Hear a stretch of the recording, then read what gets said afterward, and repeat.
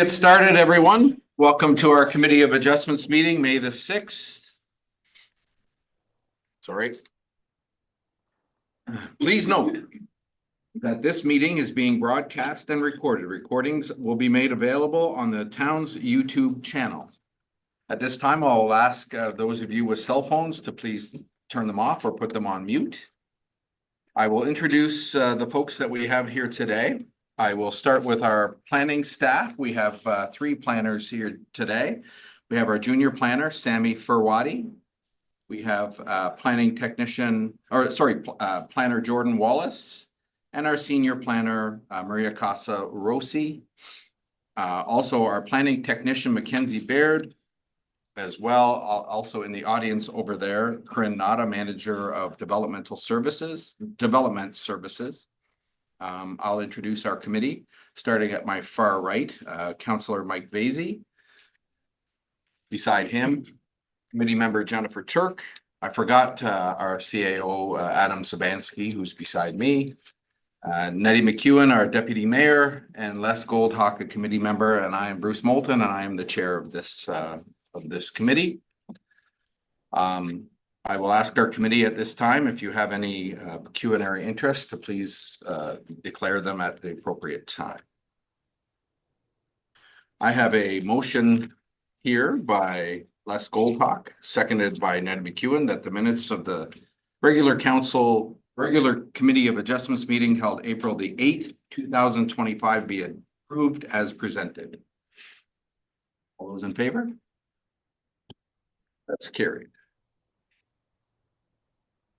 All right, we'll start with our first application, consent application number B-0625. Take notice that an application has been made by Jack and Liz Koitster with respect to property known as Plympton Concession 7 Part Lot 22 and RP 25R9489 Parts 2 and 3, Town of Plympton-Wyoming, 5249 Egremont Road.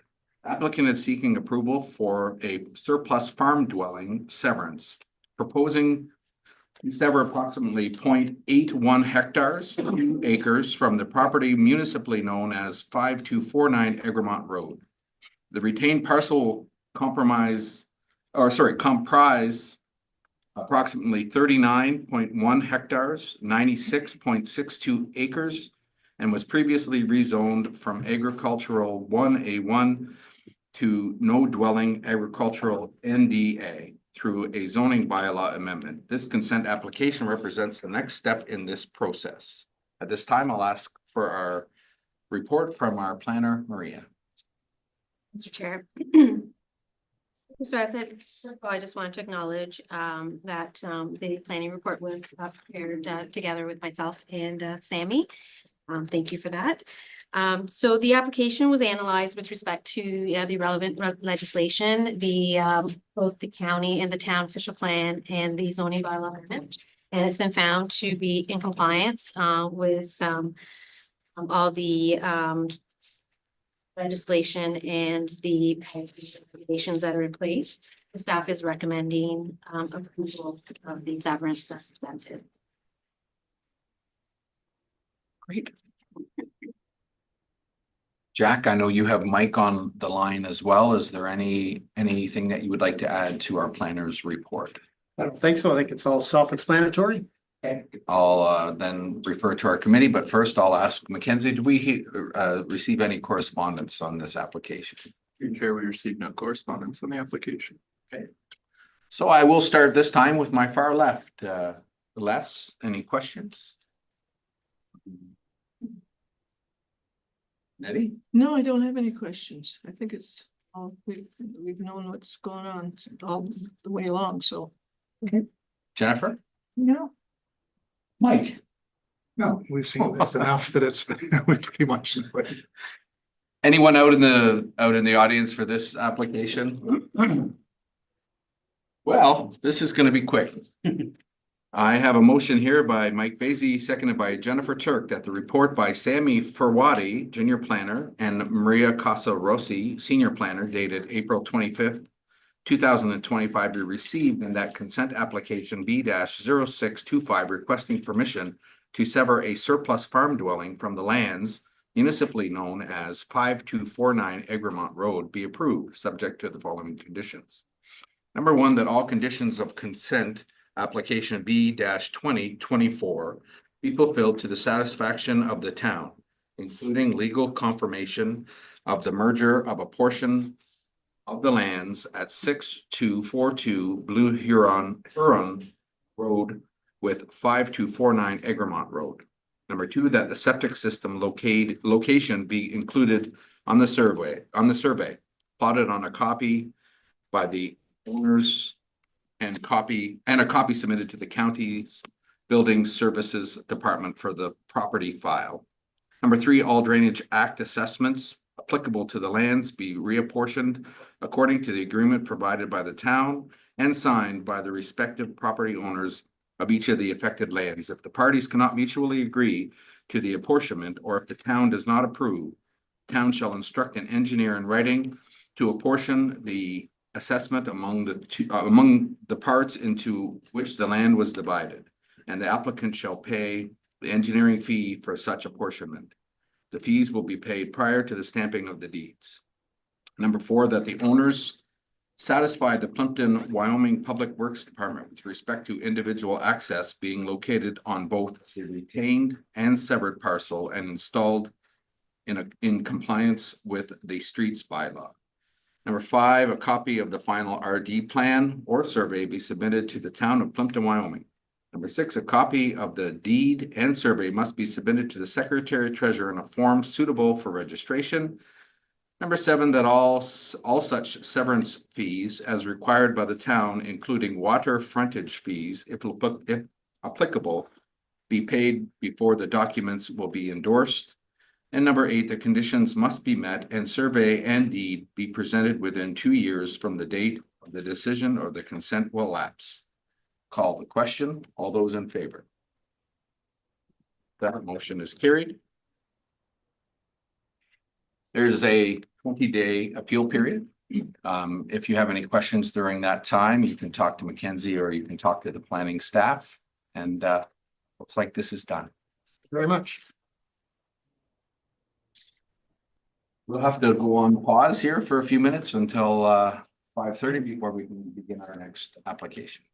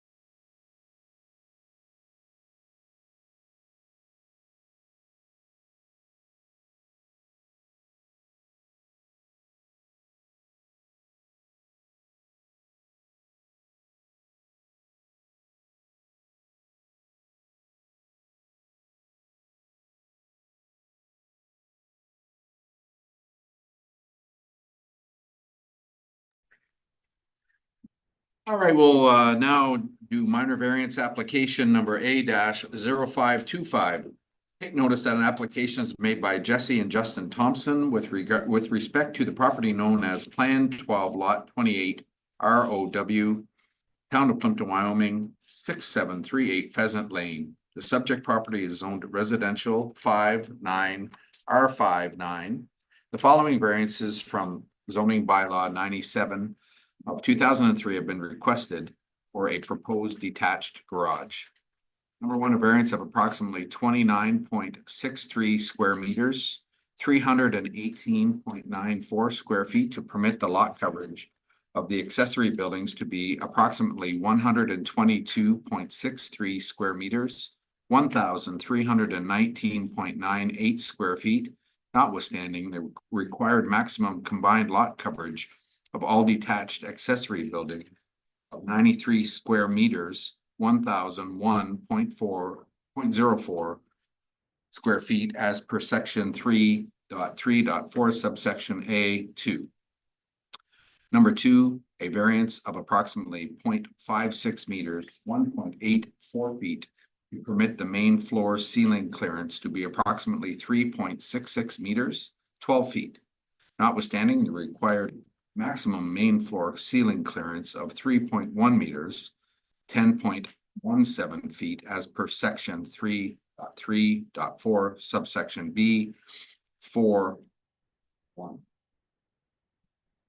Number three, a variance of approximately 3.19 meters, 10.47 feet to permit the maximum driveway width for the total lot to be approximately 12.19 meters, 40 feet to accommodate the existing driveway of approximately 7.62 meters, 25 feet, and a proposed second driveway to the structure of approximately 4.57 meters, 15 feet, notwithstanding the total maximum driveway width of 9 meters, 29.53 feet, as per section 3.25.7 subsection B.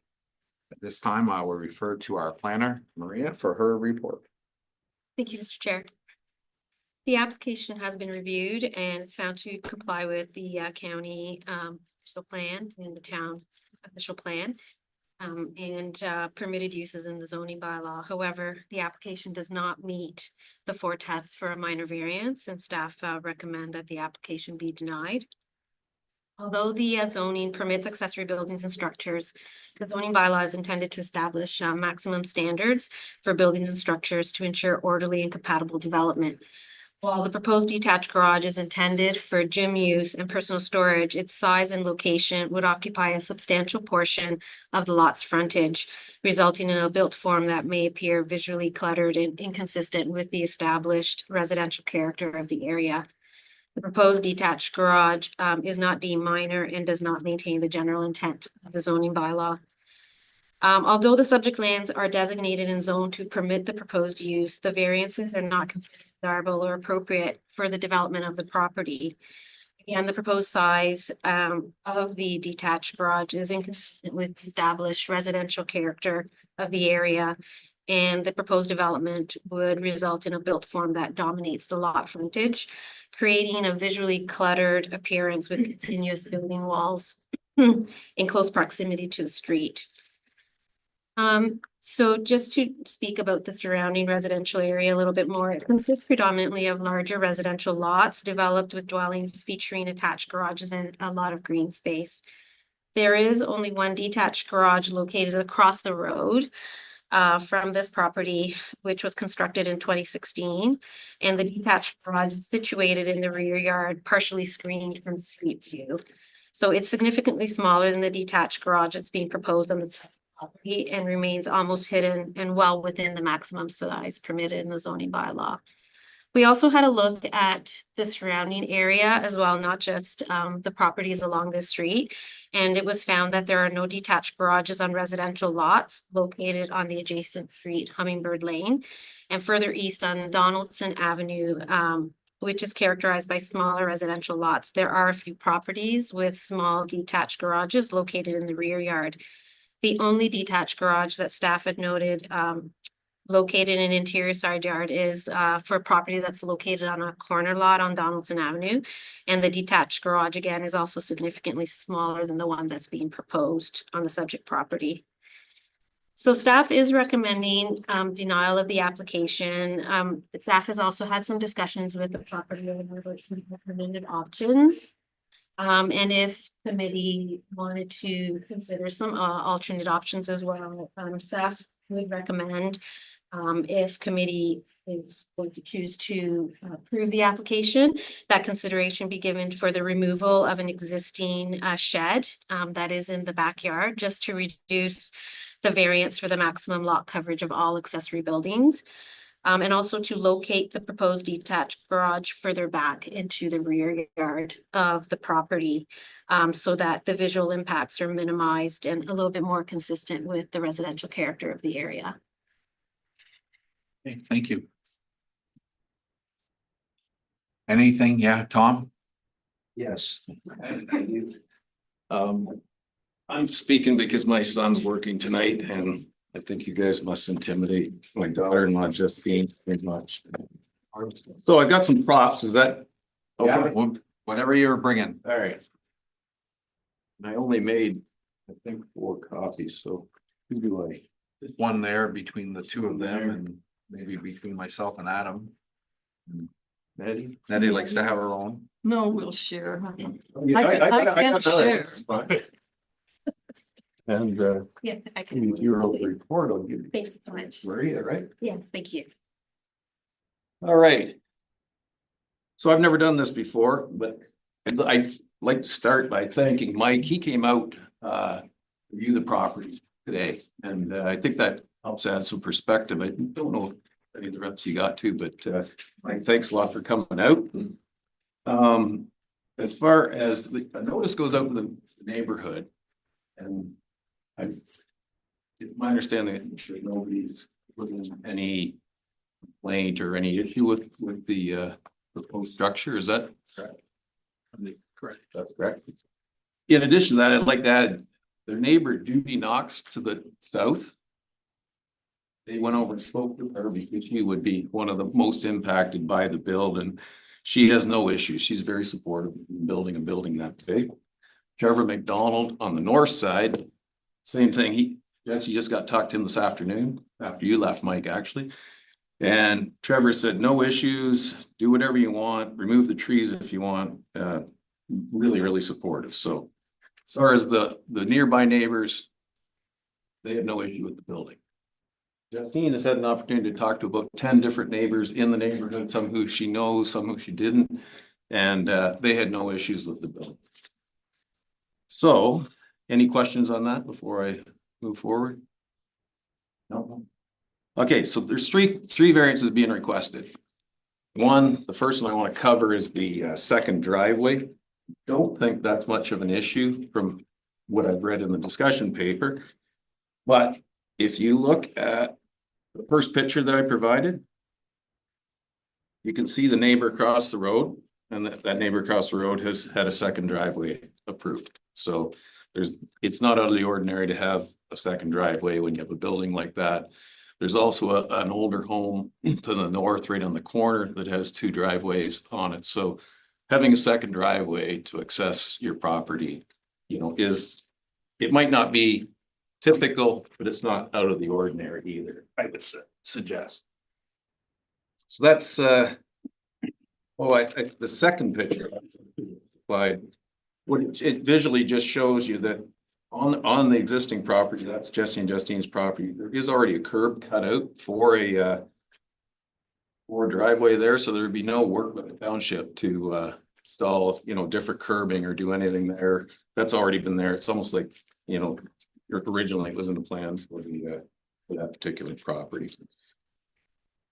That's it on the laneway. On the height, go to the next picture. Why they need the height is because they have a travel trailer that's 10.5 or 10.5, 10 feet 5 inches high.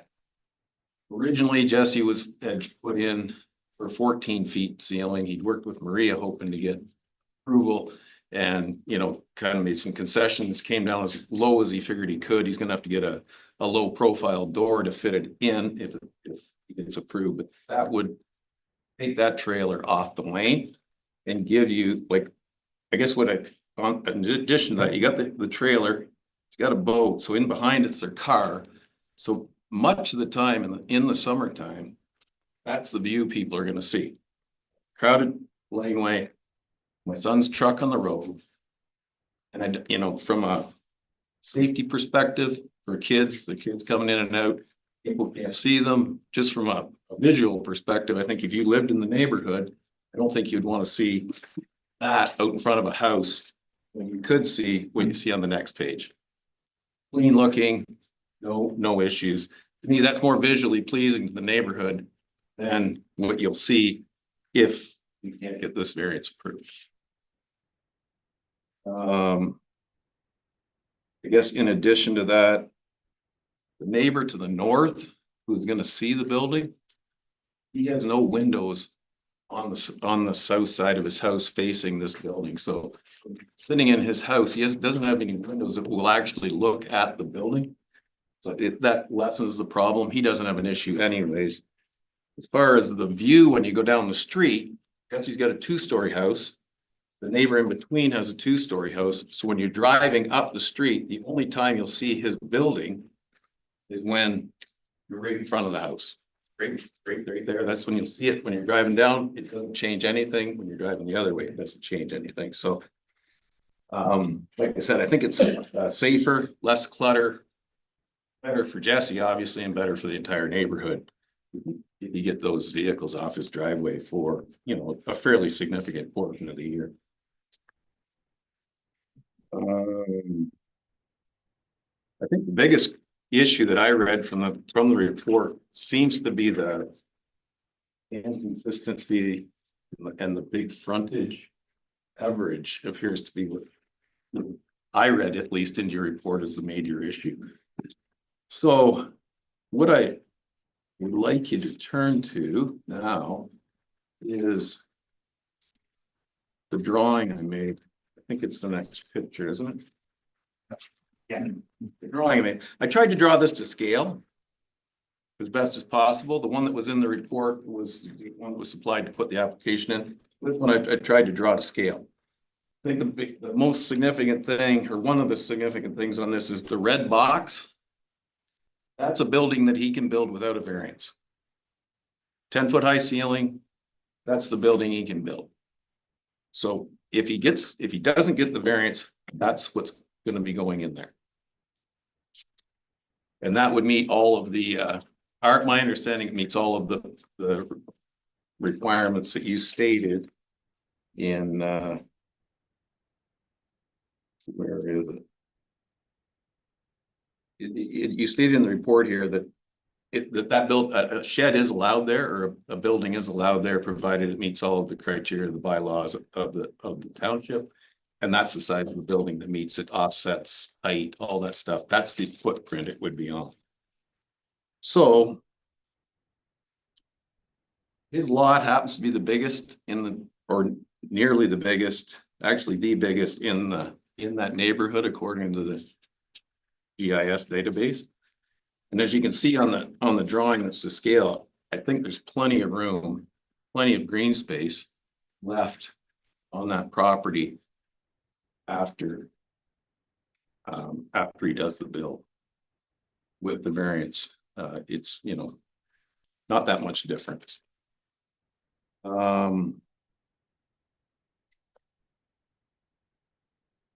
Originally, when he put when he was putting this together, he looking to get a 30 by 50, but again, he compromised with Maria trying to get the support to build, you know, the building with the variances that he had. So he compromised down to a 30 by 40 building.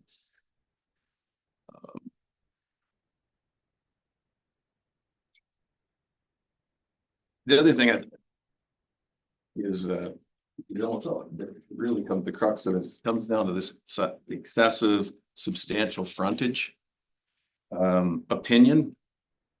And I guess our point is that neighborhood is very, very diverse. Yes, there's a lot of houses that are smaller that were built back in the day when you know, homes are smaller, houses are smaller, but there are a lot of properties in that area that are big. And if you turn to the first picture after my drawing, you can see the house. That's the house directly to the south of my son. The building coverage on that house is 106 feet. The proposed coverage on the lot, and it's the same, the lot, so you can see it. The laneway on the left, it abuts right against my son's house, or my son's lot line. There's only 4 feet between that 106 feet and his lot line. You go back to the drawing, it's not on, I don't have everything on there, but on this building is going to be 8 feet, is required because of the extra height. And as well, the whole frontage is 30 plus 66 for the house, which is 96. So the whole coverage on the front of this particular property is less than his neighbor to the south. So to say for me, my opinion is it isn't excessive. There are examples in the neighborhood. Turn to the next page. Here's another example of something from a diversity perspective in the neighborhood. Michelle Stokely's place. You can see it. It's a very sizable house. Stretches almost from lot line to lot line, and is parked right beside the Maxim's cottage, which is very small. So again, visually, it's big. They're small. They're not all the same. It's an older community. But as things grow, we're getting bigger homes in there, and that's just the way, you know, times are changing. So I don't think our opinion is not out of line with what's in the neighborhood. It's very consistent with many of the builds in the neighborhood, and we think that it makes sense for you guys to approve it. And I think that's all I had, unless you guys have questions. We'll open the floor for questions. First, I'll ask Maria if she wants to just kind of. Oh, sorry, no, go ahead, Bruce. I got a little bit more on the heights. Like there's numerous examples. I didn't bring pictures of, there's numerous examples of, like, here's a friend of mine got his building approved 14-foot ceiling because he needed to put his RV in it. You know, that's here's one that's north of Old Lakeshore Road on Dalrymple, 12-foot ceilings and a bigger building than my son got. So these types of buildings are around where the people have lot size to permit them to do so. So I'll ask you guys to consider what I've said, and hopefully we'll variance for. Thank you, Maria. Thank you, Mr. Chair.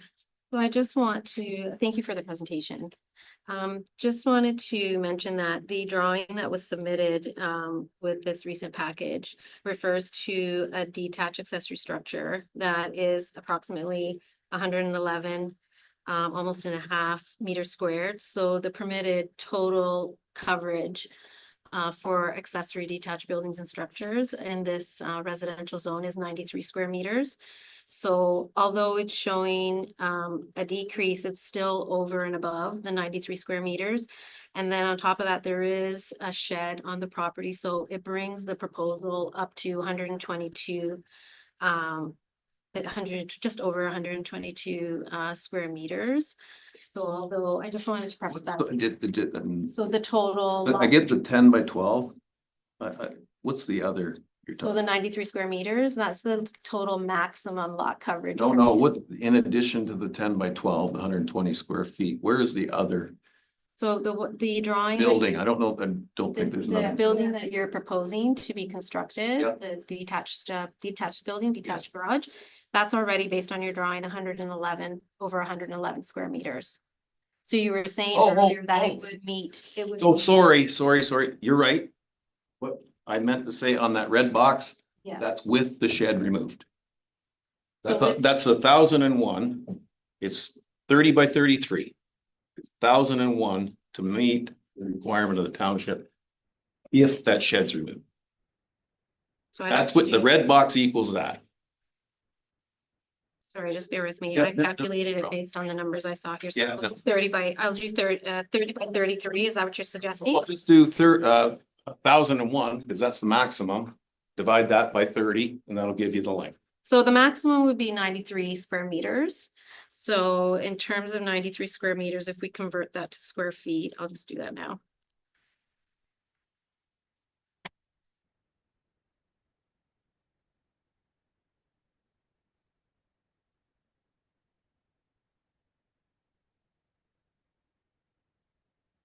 It's 1,001, it's right in your report here.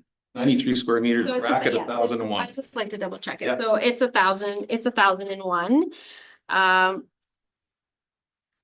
But that's not what was proposed for the application. So is. Oh, I agree, I agree. Yes. We'd like, he would like to keep that building.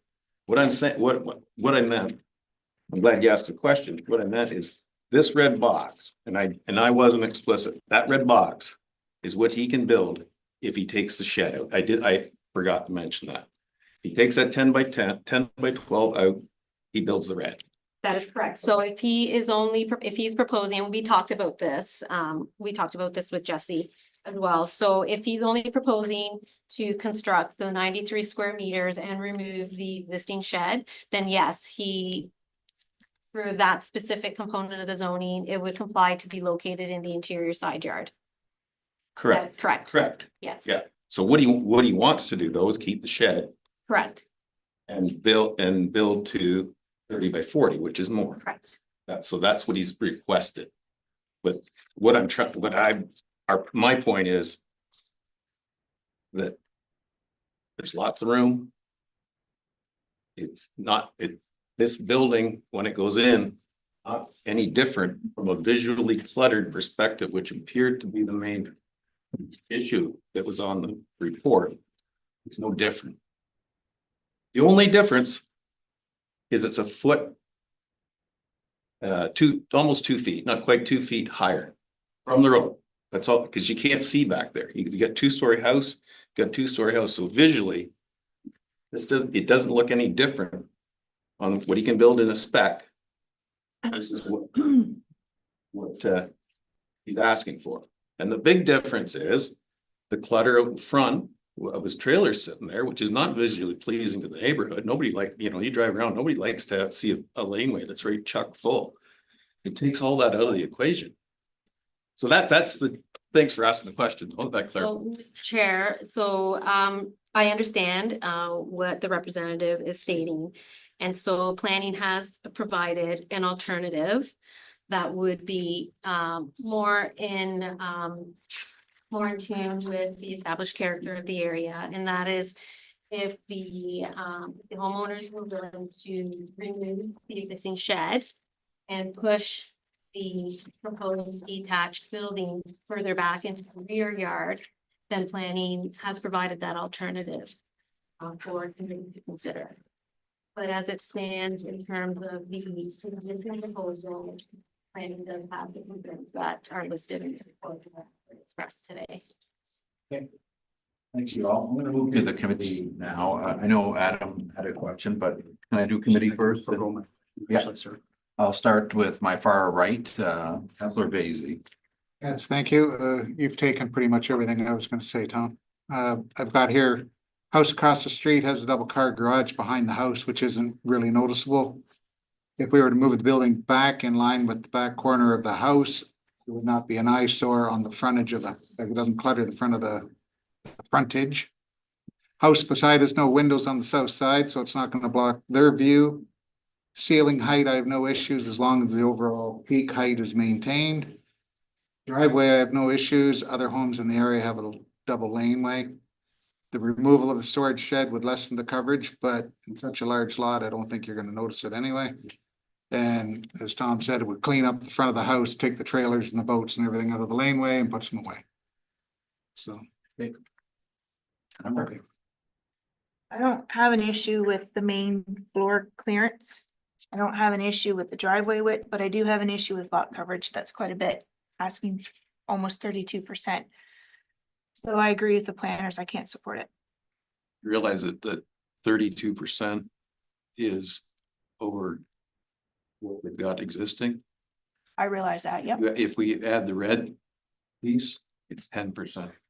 The red's like the red, I think the key thing here is the red's going in regardless.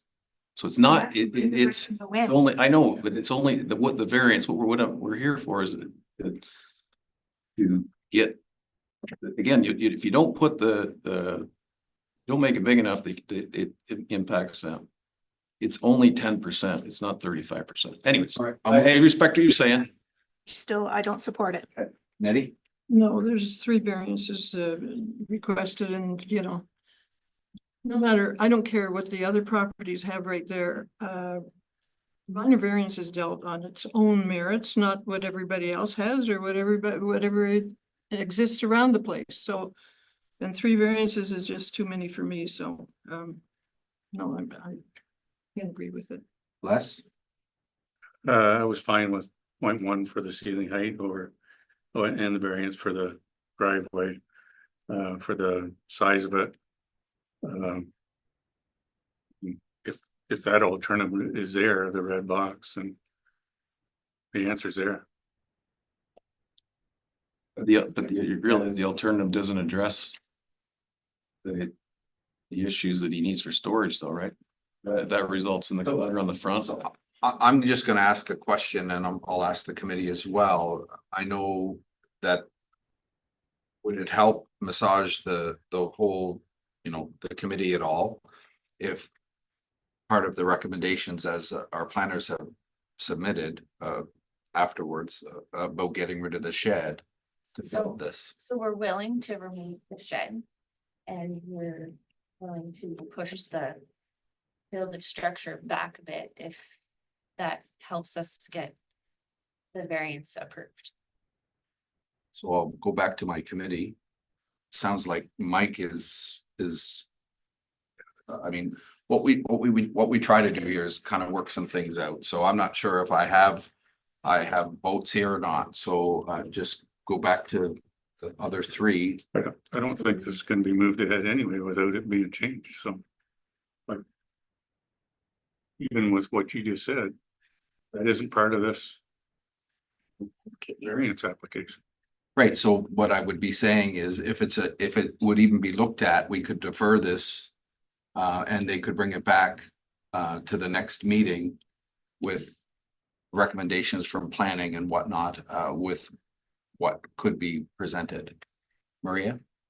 Yes, so Mr. Chair, I think if there is an alternative that the committee is satisfied with, staff have presented an alternative, so it's up to committee to make the determination if they wish to defer the application, approve it, or deny it, or if you want to approve it even with conditions.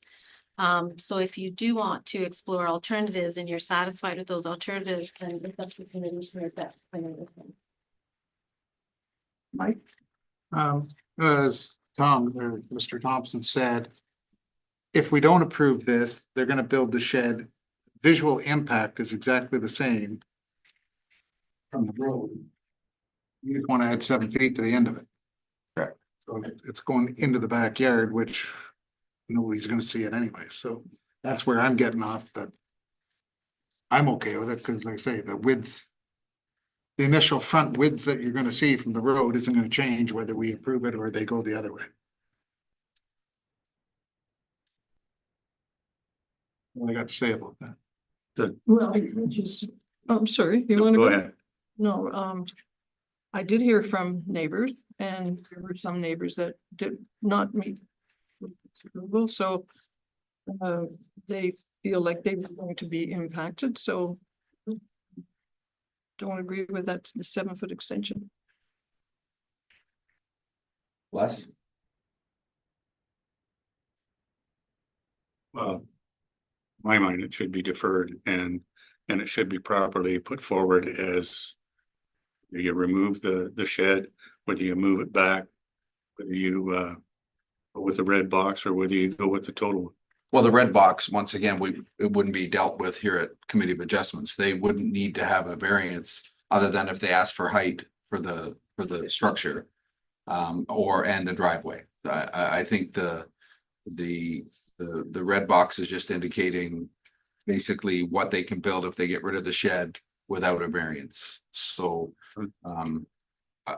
I'd be willing. We wouldn't be here if that was the case. Right, absolutely. So I guess the question would be to our committee, I don't want to give these guys, you know, false hope by saying, you know, let's defer it and come back with what we're requesting and then coming back and then denying. So I'm asking what direction from the committee to, you know, suggestions.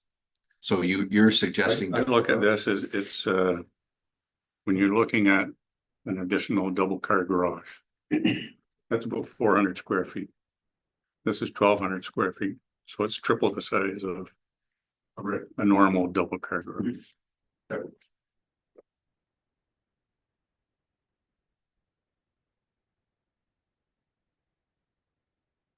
Mike, any suggestions here before we? These are my suggestions. I'd like to say, by pushing it back off the front of the house, I don't think you're gonna notice it as much as exactly where it's sitting, and really you're adding 10 or 15 feet of laneway, so cost wise, it's not out of the realm. So I really don't have an issue with it.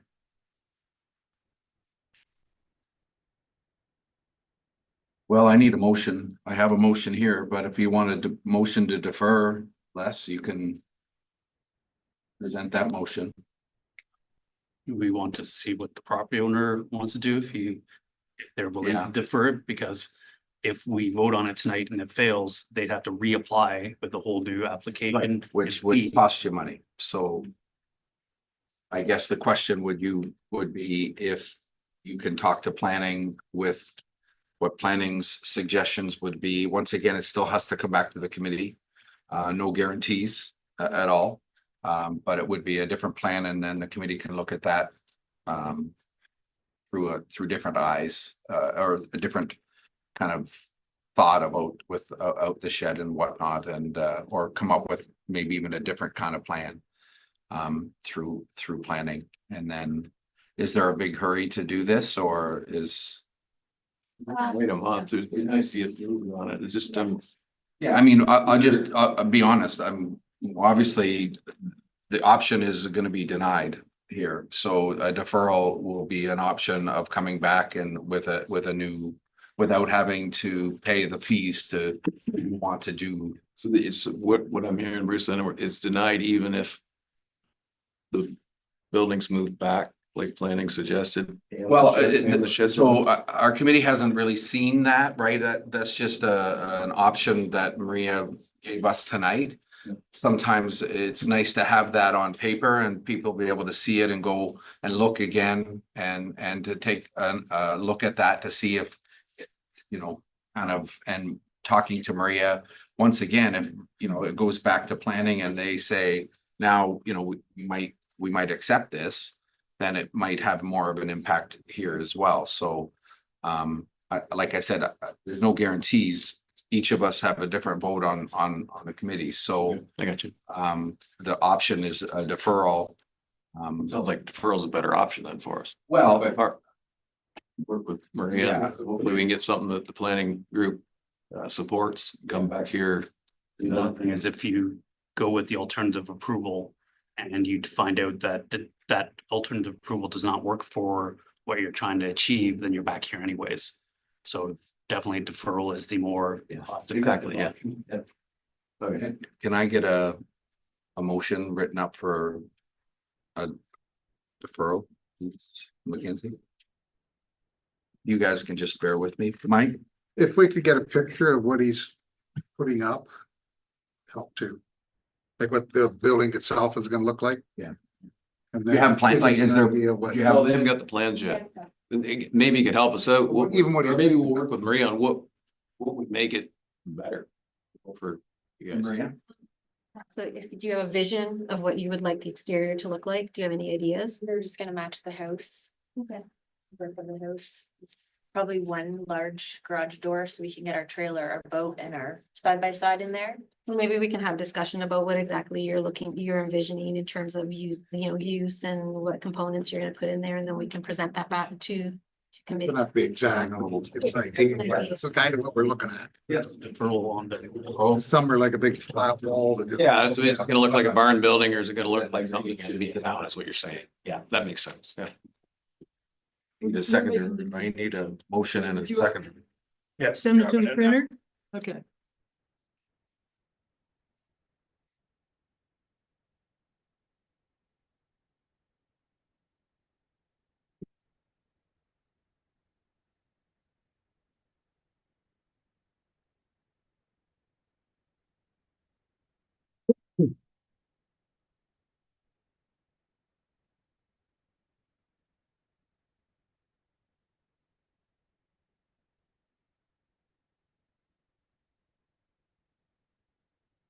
Wanna? Seconder.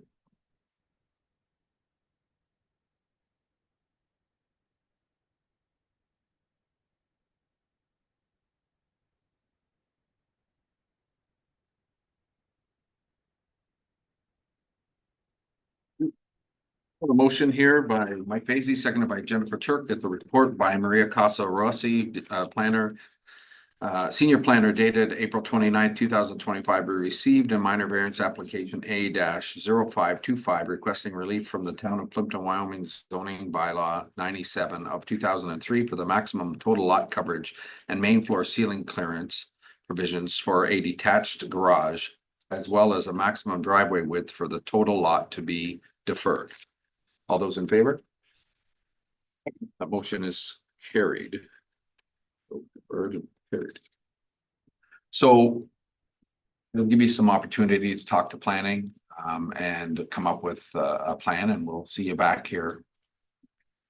Either in June or July, I guess. Yeah, great. Well, thanks for listening. Appreciate it. Thank you.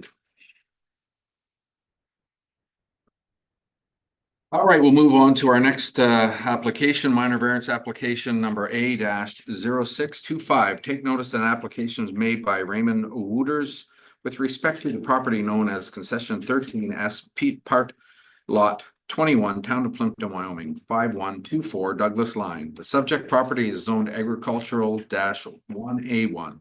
The following variances from section 5.2A of zoning bylaw 97 of 2003 have been requested for a proposed new primary dwelling.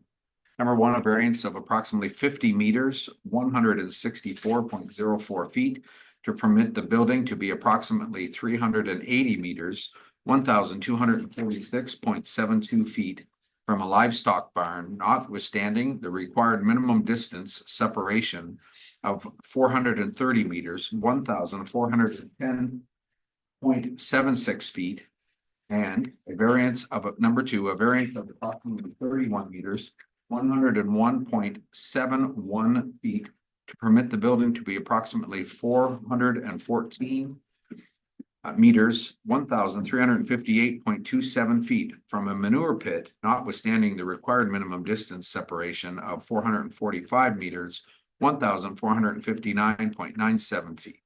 At this time, I will refer to our planner, Maria, for her report. Thank you, Mr. Chair.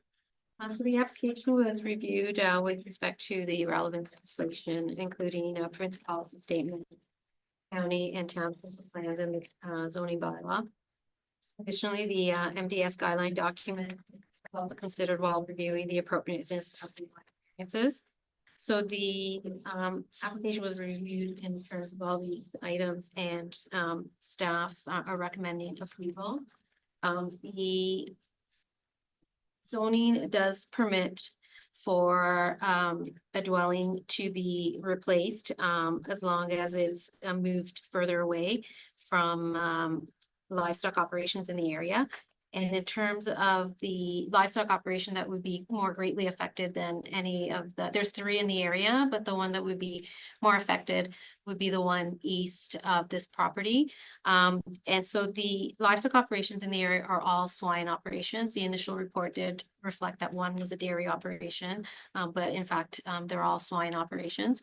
So the proposed dwelling, replacement dwelling, is going to be located further away from the livestock operation to the east, which the dwelling's location would have a greater impact on in terms of expansion of the livestock operation. But that property, livestock operation also has a minor variance on file from a number of years ago for in terms of their expansion. In terms of the livestock operation that is across the road, that livestock operation has two other rural residential lots that are much closer proximity, and that would have a greater impact on its ability to expand in the future.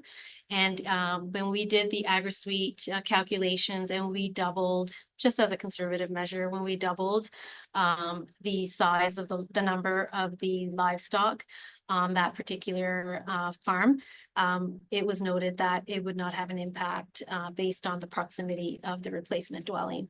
So in this analysis and assessment, staff are recommending approval of the minor variance application. Great, thank you. Anything to add? Happy to answer questions. Certainly, Already put a nice report together. thanks.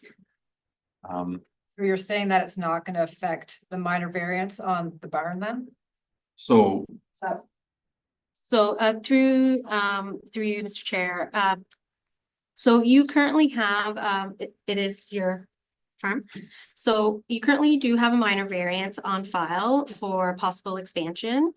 However, we would need to assess it at that time because the application before us now is because your build has not happened prior to this application coming forth, we need to consider this application because they're ready to move forward. Now, so I can't fully answer the question in terms of impacts. I am aware that you do have a minor variance that was approved, I think approximately 12 years ago, around that time. But right now we have this application before us and they comply in terms of, there is a specific section in the zoning, which I'll make reference to specifically and I'll read it out. So there is an exception in the zoning that an existing dwelling may be replaced despite not complying with the MDS, provided that the existing separation is not further reduced. And the location of their proposed dwelling is further away than their existing dwelling. So on that basis, it does comply with the zoning in terms of the in relation to the livestock operation that is next door. that answer your question? I'm all for them in this, but I just want to protect our minor variance because we paid a lot of money through OMB to get that minor variance. That's all I'm saying. I'll start with our committee. Did I ask if there was any correspondence on this application? Not through you, Chair. We received no correspondence. Oh, their committee, our deputy mayor. Yeah, Maria, do you remember the, there was a variance for something on, for that church on the corner of Kamlaki Side Road and London Road. There was a variance for it to expand and it was going to affect a dairy farm across the road. And so the dairy farm was concerned, and I don't know, I can't remember if we did a condition that, I don't know how we handled it, but if they were to expand, you know, the dairy farm, it wasn't going to affect them. Although it was not within MDS. Do you remember that, Corinne? I don't know what we did, but whether it was a condition or we did something. And I wondered if we could do the same sort of thing for this, you know, for the farm that will be affected. Through you, Mr. Chair, I don't recall that particular file. Is it? Oh, okay. Well, it might be old.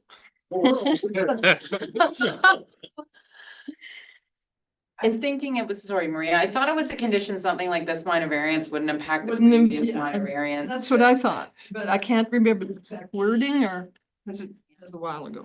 So the benefit of this application in terms of that is that the proposed new dwelling is going to be a little bit further away than the existing one. Okay. It's just without seeing your proposal for expansion, it's very difficult for us to assess even with your minor variance, what sort of impacts there are. So We were told that minor variance would follow us until we didn't own the farm anymore, when we first got, like, when we got it. So the minor variances usually follow the properties until there's a change in the zoning, like in the comprehensive zoning. Because that could impact it in terms of that, the information and the regulations could change.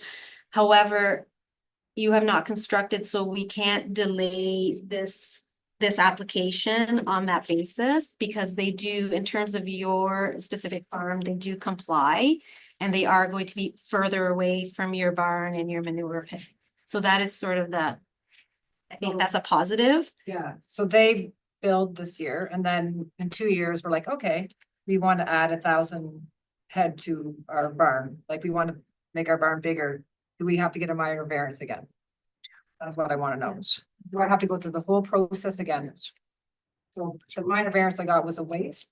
No, because it depends, the minor variance that you receive may cover you for that. I just don't know the full details of what you're proposing in comparison to the minor variance. So if what you're proposing is permitted based on the minor variance that you already have, then that should be sufficient for you to move forward with a building permit, as long as you meet all the building code requirements and there's no other zoning issues. That's the best that I can provide to As you. long as whatever you propose meets the intent of your initial minor variance, you should be okay, but they can't confirm that because they don't have it in front of them. The problem is, it's not them if we ever build. We have a lot across the road from us in the middle of the field that no one will ever be able to build on, that causes us grief, right? So it's not them that we need the minor variance from the beginning. It was the other neighbors. It was really Nettie remembers it. It was very complicated. Yeah, but can you think of anything we could put in a condition so that farm would not be affected? And I got it. We can't. unfortunately, because I don't have the authority to override the zoning.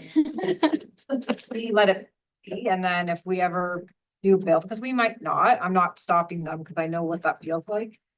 But we just hopefully go smoothly. Any more questions? No, we don't think so. Les? Question that I had was, is that if the house that's there right now left there without the build, Yeah. the exact same thing would happen anyway for Yeah. the expansion of. And it's through you, Mr. Chair. So if they had chosen to reconstruct the house in the exact same location, exact same footprint, then, or if they had chosen to do an addition, that they would not have needed, the applicants would not have needed a minor variance, but that's not an option that's viable for them, so. Anything else, Les? No, I see it as, Jennifer? I don't have a problem with it. I just don't wanna see you go through another minor variance because the MDS calculation kicks in again. Once you submit your proposal, I'd hate for you to go through that, cause I know what OMBs are, and Then you just all approve it, and then we don't have to do that.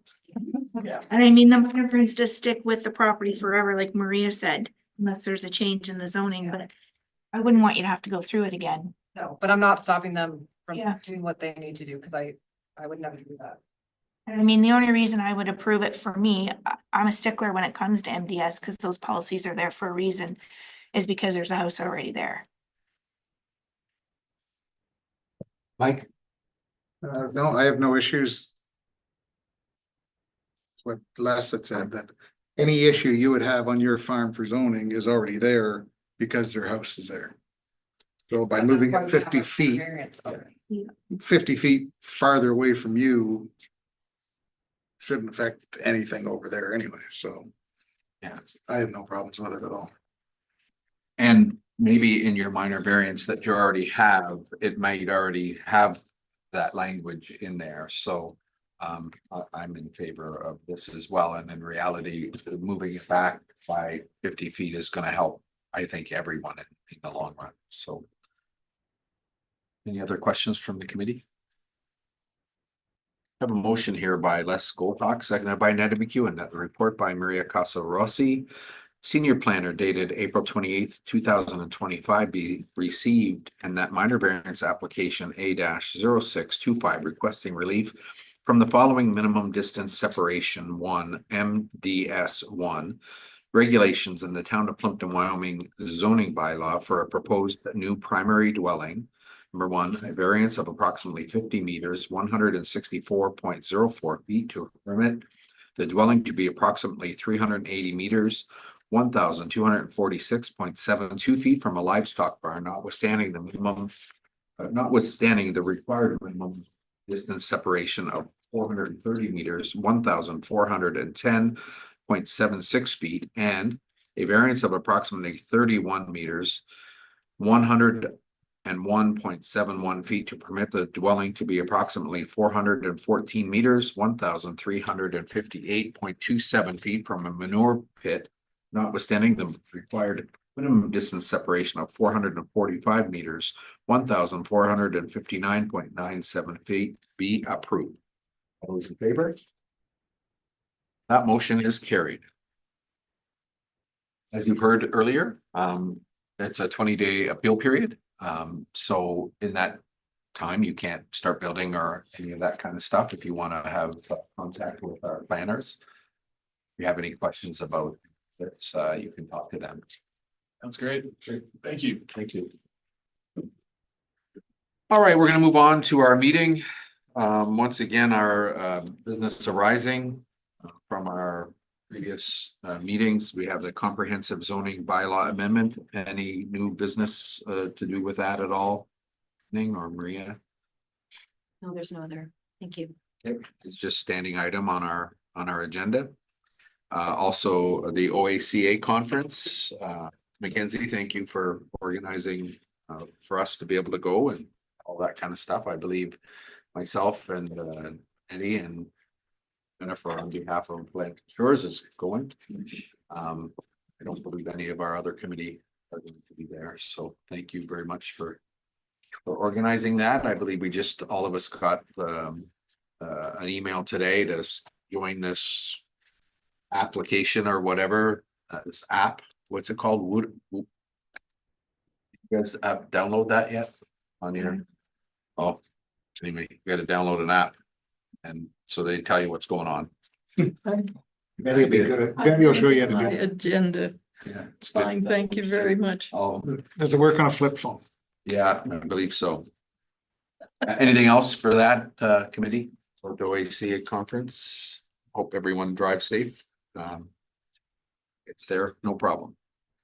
So it looks like we have some business arising as well. The parkland fees for surplus farm dwellings. I do have a motion here. Any discussion on the motion before we do discuss it?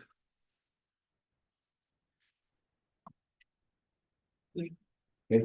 I do have a motion by Mike Basie, seconded by Jennifer Turk, that the Committee of Adjustments request staff to prepare a report for the town of Plympton-Wyoming Council regarding the implementation of parkland fees for surplus farm dwelling severances, and that the Committee of Adjustment formally request the town of Plympton-Wyoming Council to consider the adoption of a policy implementing parkland fees for surplus farm dwelling severances. I will call the question. All those in favor? Motion is carried. Well, they have direction. Any new business? I'll ask our planners. Bryn, Nothing, thank you. Mackenzie, Nothing from you, Chair. Adam, No, sir. Mike, Jennifer, He's going to you. Eddie, Les, and I have nothing as well. So I have a motion here by Jennifer Turk, seconded by Mike Basie, that the Committee of Adjustments meeting be adjourned and the next meeting be scheduled for June the 10th, 2025 at 5:15 p.m. Mackenzie, how many applications do we have for that? Currently, we have 2, and with the deferral, possibly a third. Okay. I'll call the question.